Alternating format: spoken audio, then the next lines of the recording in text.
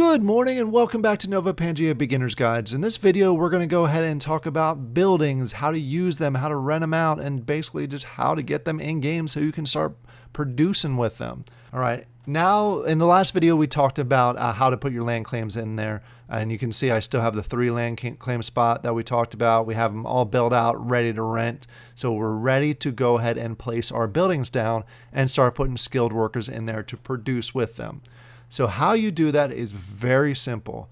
As long as you have the NFTs in place, you can go ahead and click on them. But before we jump into that, I want to show you there are right now 3 different types of buildings and games in the game.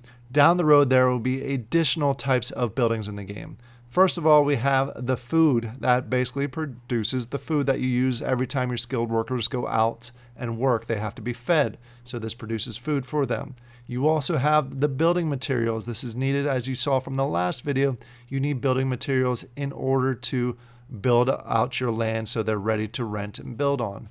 Last but not least is the energy mine. This gives you energy. Every time you use a building, you rent it out, a skilled worker works on it, it costs you energy. So that's why you need this in there also. So the easiest way to go ahead and put these on lands is decide which one you want to use it for. So we're going to start off with the bottom corner here, and there's no rhyme or reason behind this, but I'm going to select the biggest one just to put it there in the corner. And this is the energy one. So let's go ahead and stake that. You're going to have to go through the normal authentication process, and you're going to see it pop up here. It does take a few seconds since it is web-based, just to go ahead and refresh. And there you go. You have it there. What I'm going to do is, since it's such a quick process, we'll go through and do the other 2 items. Then I'll click on them and show you what you need to do in order to get them ready to rent out. Next, we're going to do is the food. So let's go ahead and click on food, get that one in there. And it takes a second for it to pop up. And while we're waiting for that to pop up, we're just waiting for it to refresh. And then we'll go ahead and put the last one there. See, now the food factory is in there.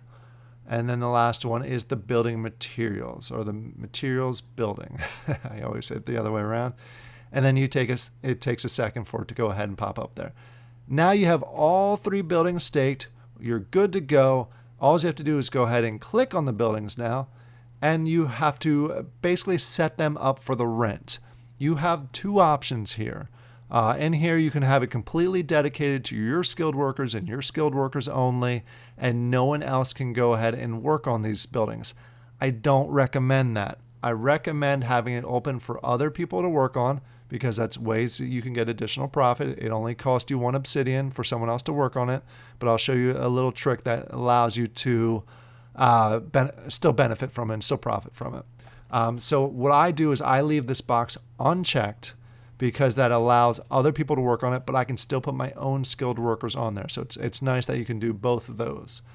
You have the option to switch the minimum level of skilled workers, and that depends on the level that the building is.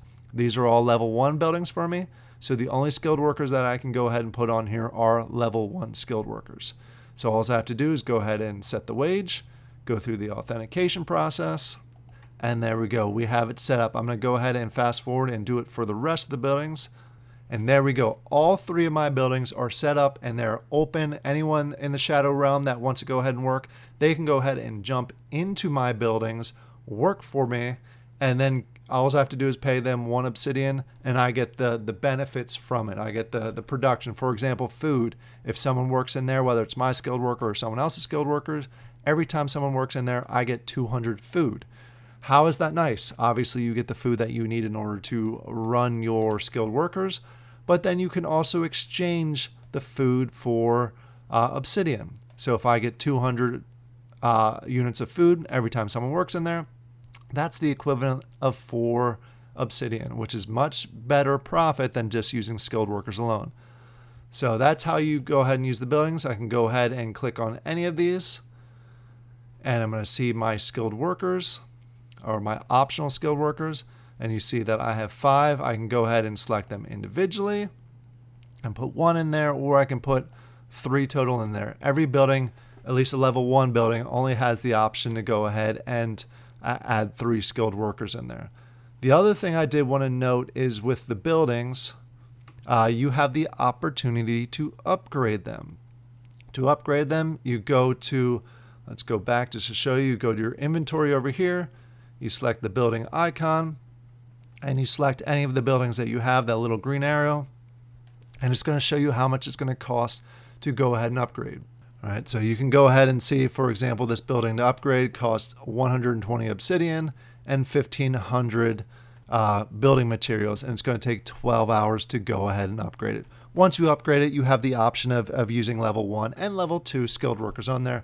Obviously, the higher the skilled workers, the higher the production rate. So it just gets to be better overall.